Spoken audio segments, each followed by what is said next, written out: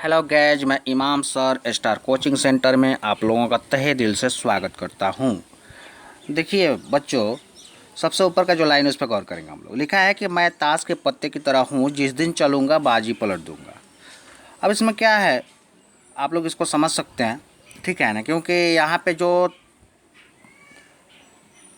लिखा हुआ है कि मैं ताश के पत्ते की तरह हूँ, जिस दिन चलूँगा बाजी पलट दूंगा। देखिए ताश के पत्ता, जब हम ताश खेलते हैं नहीं जानते हैं, लेकिन फिर भी गौर कीजिएगा इस पे, आप लोग गौर कीजिएगा तो पता चल जाएगा कि माने हर एक स्टूडेंट जो है अगर मेहनत करना शुरू करे ईमानदारी के साथ, धैर्य रख करके, तो वो चलना शुरू कर देगा अपने लाइफ में।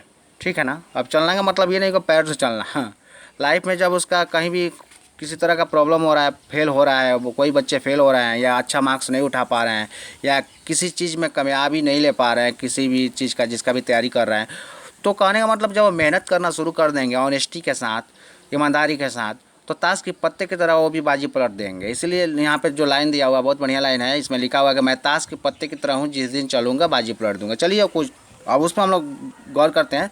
अब उसको छोड़िए, अब जो है जो सामने है क्वेश्चन आंसर पे, हम उस पर हम लोग गौर करते हैं। सबसे पहले देखिए, मैं हिस्ट्री का इतिहास, ठीक है, सोशल साइंस यानी सामाजिक विज्ञान, क्लास 10 यानी वर्ग 10 के लिए बहुत महत्वपूर्ण प्रश्न उत्तर लेकर के आया हूँ। ठीक है ना बच्चों।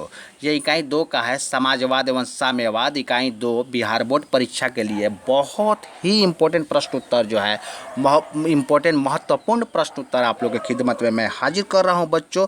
आप लोग इस पर गौर कीजिएगा, मेरा साथ देते रहिए तब, और देखिए इस पर हम लोग गौर करते हैं। ठीक है बच्चों। और देखिए हमको बोलने में किसी तरह का मिस्टेक हो तो माफ़ी चाहते हैं, क्योंकि तेज़ी में बोलने से हर इंसान से मिस्टेक हो जाता है। और एक चीज़ को गौर करेंगे बच्चों, इसको जो है लाइक, सब्सक्राइब और बेल आइकन दबा दीजिएगा। पूरा वीडियो देखने की कोशिश कीजिए और इसी में से आएगा परीक्षा में। और मैं हर वीडियो में मैं कहता हूँ ना कि 90% आएगा तो आएगा। ठीक है ना बच्चों। आगे आप लोग परीक्षा देकर देखिए, अब खुद आप लोग समझ जाइएगा। ठीक है बच्चों।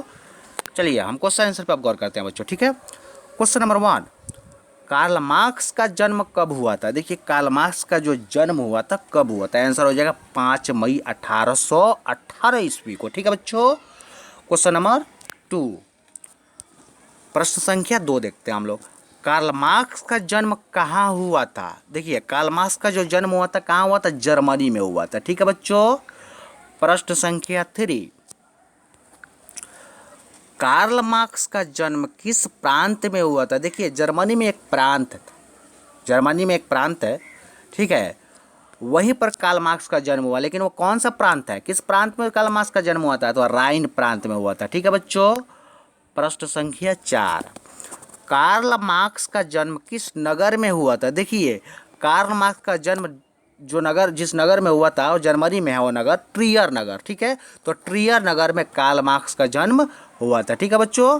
कहाँ है ये, जर्मनी में है। ट्रियर नगर कहाँ है, जर्मनी में। प्रश्न संख्या 5, कार्ल मार्क्स का जन्म कैसे परिवार में हुआ था। देखिए कार्ल मार्क्स का जन्म जिस परिवार में हुआ था उनका परिवार कैसा था, तो एक यहूदी परिवार में कार्ल मार्क्स का जन्म हुआ। ठीक है बच्चों। प्रश्न संख्या 6, क्वेश्चन नंबर 6 गौर करेंगे। कार्ल मार्क्स के पिता का क्या नाम था। जो कार्ल मार्क्स के जो पिताजी थे उनका नाम क्या था, हेनरी मार्क्स। ठीक है बच्चों। हेनरिक मार्क्स, इस तरह भी क्वेश्चन पूछ सकता है, हेनरिक मार्क्स कौन थे, तो आंसर क्या हो जाएगा, कार्ल मार्क्स के पिता। प्रश्न संख्या 7, कार्ल मार्क्स के पिता क्या थे। अब देखिए कार्ल मार्क्स के जो पिता थे क्या थे, एक प्रसिद्ध वकील थे, फेमस लॉयर एडवोकेट थे। ठीक है बच्चों। प्रश्न संख्या 8, कार्ल मार्क्स ने किस विश्वविद्यालय से विधि की शिक्षा ग्रहण की। देखिए कार्ल मार्क्स जो थे ना विधि की शिक्षा ग्रहण किए थे, लेकिन जिस विश्वविद्यालय से किए थे उस विश्वविद्यालय का क्या नाम था, तो बोन विश्वविद्यालय। ठीक है बच्चों। प्रश्न संख्या 9, क्वेश्चन नंबर 9 देखते हैं। मार्क्स किसके विचारों से प्रभावित थे। देखिए कार्ल मार्क्स जो थे ना वो प्रभावित थे, तो किनके विचारों से इफेक्टिव थे, वो प्रभावित थे, हीगल के विचारों से। ठीक है बच्चों। क्वेश्चन नंबर हम लोग 10 देखते हैं। प्रश्न संख्या 10, क्वेश्चन नंबर 10। ठीक है।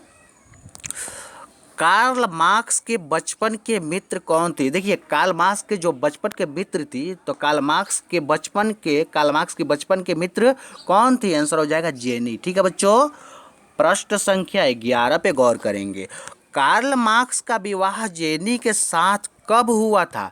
देखिए, कार्ल मार्क्स का विवाह हुआ था जेनी के साथ, लेकिन कब हुआ था? 1843 में हुआ था। ठीक है बच्चों। और देखिए, इस क्वेश्चन को दूसरे ढंग से मैं बता रहा हूँ, इसमें से एक और क्वेश्चन मैं बना रहा हूँ। ठीक है, देखिए, जेनी किसकी पत्नी थी? तो जेनी किसकी पत्नी थी? कार्ल मार्क्स की पत्नी थी। ठीक है बच्चों। और एक इस तरह भी क्वेश्चन पूछ सकता है, कार्ल मार्क्स की पत्नी का क्या नाम था? तो जेनी। ठीक है। चलिए, प्रश्न संख्या 12 हम लोग देखते हैं, क्वेश्चन नंबर 12। ठीक है। कार्ल मार्क्स की मुलाकात फ्रेडरिक एंगल्स से कब हुई? देखिए, कार्ल मार्क्स की मुलाकात फ्रेडरिक एंगल्स से हुई, लेकिन कब हुई थी? 1844 ईस्वी में। उनका शादी कब हुआ? 1843। उसके एक साल के बाद यानी 1844 में फ्रेडरिक एंगल्स से कार्ल मार्क्स की क्या हो गई? मुलाकात भी हो गई थी। ठीक है बच्चों। चलिए, क्वेश्चन नंबर हम लोग देखते हैं 13। Question number 13। देखिए, कार्ल मार्क्स के मुलाकात फ्रेडरिक एंगल्स से कहाँ हुई थी? कार्ल मार्क्स की मुलाकात फ्रेडरिक एंगल्स से कहाँ हुई थी? पेरिस में हुई थी। ठीक है बच्चों। Question number 14। साम्यवादी घोषणा पत्र, साम्यवादी क्या था? घोषणा पत्र था। तो साम्यवादी घोषणा पत्र कब प्रकाशित हुआ? साम्यवादी घोषणा पत्र 1848 में प्रकाशित हुआ था। ठीक है बच्चों। क्वेश्चन नंबर 15 देखते हैं। बहुत खुशी की बात है, इसके बाद और 5 प्रश्न उत्तर हम लोग को जो है पढ़ना है। ध्यान दीजिएगा। साम्यवादी घोषणा पत्र किसने प्रकाशित किया? देखिए, साम्यवादी घोषणा पत्र जो प्रकाशित किए थे उनका नाम क्या था? Karl Marx. ठीक है बच्चों। Question number 16। दास कैपिटल नामक पुस्तक की रचना किसने की? देखिए, दास कैपिटल क्या है? एक पुस्तक का नाम है, लेकिन इस पुस्तक की रचना किसने की? कार्ल मार्क्स ने। क्वेश्चन पूछ सकता है, दास कैपिटल क्या है? ऑप्शन दे देगा, एक पुस्तक आंसर हो जाएगा। ठीक है बच्चों। प्रश्न संख्या 17।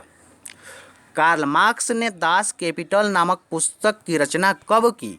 देखिए, कार्ल मार्क्स जो थे वो दास कैपिटल नामक पुस्तक की रचना किए थे, लेकिन कब किए थे? 1867 ईस्वी में। Question number 18।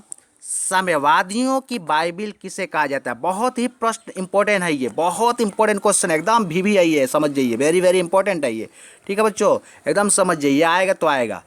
क्वेश्चन है, समाजवादियों की बाइबिल किसे कहा जाता है? दास कैपिटल को। ठीक है बच्चों। Question number 19। कार्ल मार्क्स के अनुसार ऐतिहासिक चरण कितने हैं? याद रखिएगा, इतिहास के चरण है कार्ल मार्क्स के अनुसार। कितने चरण है ऐतिहासिक चरण? 6 है, 6। प्रश्न संख्या 20। क्वेश्चन नंबर 20 अंतिम प्रश्न है, गौर कीजिएगा। प्रथम अंतर्राष्ट्रीय संघ की स्थापना कब हुई थी? देखिए, प्रथम अंतर्राष्ट्रीय संघ की जो स्थापना की गई थी वो कब की गई थी? 1864 ईस्वी में। ठीक है बच्चों। अब देखिए बच्चों, मैं कुछ अंत में कहना चाहता हूँ। ठीक है, कहने का मतलब ये हुआ कि मैं हर वीडियो में कहता हूँ एक बात, आप लोग से प्रस्तुत करता हूँ एक बात, हमेशा हर वीडियो में मैं कहता हूँ कि देखिए, इसको याद कीजिए। अगर याद कीजिएगा तभी जो है फ़ायदा होगा। मैं वीडियो बना रहा हूँ, इसको पूरा देखिए और इसको याद कीजिए, परीक्षा दे कर आइए। आकर के मेरा जो वीडियो भेजा हुआ है यूट्यूब पर, जो मेरा वीडियो है, सर्च कीजिए, फिर से वीडियो खोलिए और क्वेश्चन पेपर से इसका क्वेश्चन आंसर मिलाइए। आप लोग को खुद समझ में आ जाएगा कि हाँ सर 90% बोले थे तो 90% आया है। ठीक है बच्चों। अब आगे हमको कुछ बोलना नहीं है। मैं एक बात डेली कहता हूँ कि इंसान को जो है कि खुद पे भरोसा करना चाहिए। खुद पे भरोसा करके, हार्ड वर्किंग करके, ऑनेस्टी के साथ अगर इंसान पढ़ाई करे तो लाइफ में ज़रूर कामयाब हो सकता है। कहा भी गया, honesty is the best policy. ईमानदारी जो है सबसे अच्छी नीति है। मैं और भी वीडियो बनाऊंगा जिसमें ऑप्शन होगा, और उस ऑप्शन से देखिए बहुत कुछ पता आपको चलेगा। वो एमआर शीट पर प्रैक्टिस कीजिएगा, उसको खुद पता चल जाएगा। और आप लोग का अंदर का जो डर वह परीक्षा का बना रहता है बच्चों, तो ये अपने आप जो है कि वो निकल जाएगा। बशर्ते इसके लिए एक शर्त है कि ईमानदारी के साथ मेहनत कीजिए। जो भेज रहा हूँ उसको पढ़िए। देखिए, कहीं टाइम बर्बाद करने की ज़रूरत नहीं है। जो भेज रहा हूँ ना, इसको पढ़िए, ये आएगा तो आएगा, परीक्षा में यही आएगा। इस चैप्टर से परीक्षा में यही आएगा, एकदम 100% कह रहा हूँ कि यही आएगा परीक्षा में। ठीक है बच्चों, ठीक है, थैंक यू।